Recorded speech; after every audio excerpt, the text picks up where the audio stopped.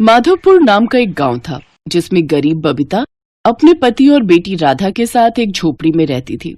बबीता का पति महेश एक दूधिया था। उसके पास एक गाय थी जिनका दूध बेचकर वो अपना घर चलाता था। एक रोज, सुनिए जी, आज मैंने थोड़ी लस्सी भी बनाई है। कल थोड़ा दूध बच गया था तो मैंने लस्सी बना ली। इसमें मैंने मसाला बनाकर तैयार कर लिया है। आप चाहोगे तो इसे भी बेच आना। ठीक है बबीता। महेश दूध बेचने जाता है, जहाँ साथ में वो बबीता की बनाई हुई लस्सी भी लोगों को लेने के लिए कहता है।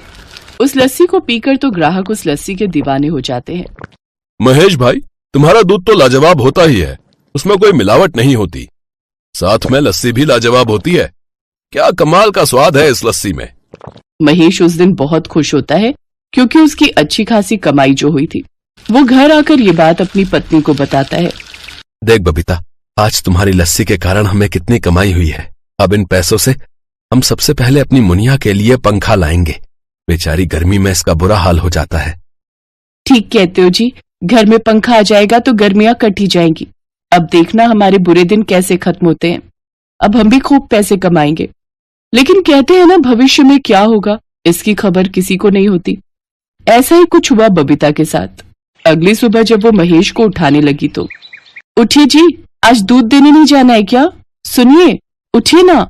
लेकिन महेश इतनी गहरी नींद में सो चुका था जिस नींद से कोई भी जाग ही नहीं सकता। दरअसल रात को सोते सोते महेश को हार्ट अटैक आया था, जिसमें उसकी सोते सोते जान चली गई थी।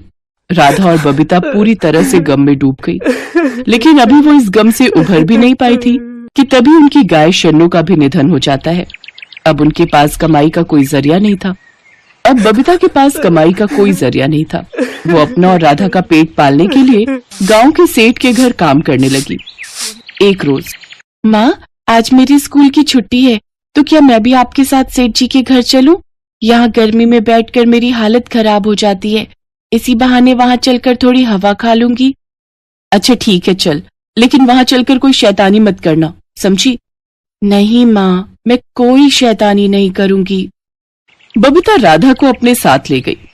अरे राधा, ये लड़की कौन है और इसे यहाँ क्यों ले आई? ये मेरी बेटी है सेठानी जी।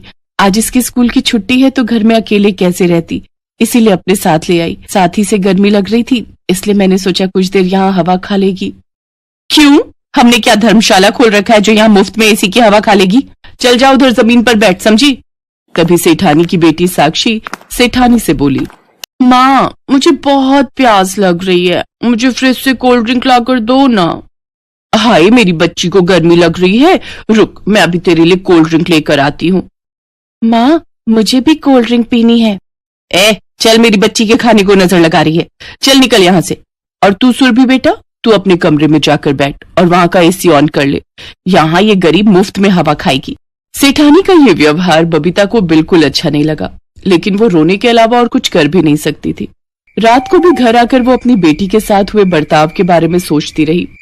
सेठ सेठानी मुझे बुरा भला कहते थे, लेकिन आज उन्होंने मेरी छोटी सी बच्ची को भी नहीं छोड़ा। नहीं, मैं अब ऐसी जगह काम नहीं करूंगी जहां गरीबों को कुचला जाता हो। लेकिन फिर मैं करूंगी भी क्या? आज वो होते तो हमें सोचने की जरूरत नहीं पड़ती। हमारा दूध का काम ठीक ही था, साथ में लस्सी के काम से भी अच्छी कमाई होने लगी थी। लस्सी, हाँ, मसाले वाली लस्सी। हाँ, लस्सी। गर्मियों का मौसम है, मेरा ये काम जमकर चलेगा।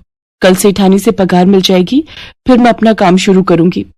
बबीता अगले दिन सेठानी के यहाँ जाती है और अपनी पगार लेने के बाद उससे कहती है, अब कल से कोई नई काम वाली ढूंढ लेना, क्योंकि जहाँ मासूम बच्चों और गरीबों की कोई कदर नहीं होती, ऐसे छोटे लोगों के घरों में मैं काम नहीं करती। बबीता एक पुराना ठेला और लस्सी लेकर आती है, जिसमें वो अपने हाथ का मसाला बनाकर मीठी लस्सी बेचती है।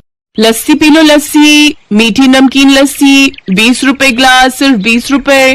गर्मी में लस्सी रामबाण का काम करती है।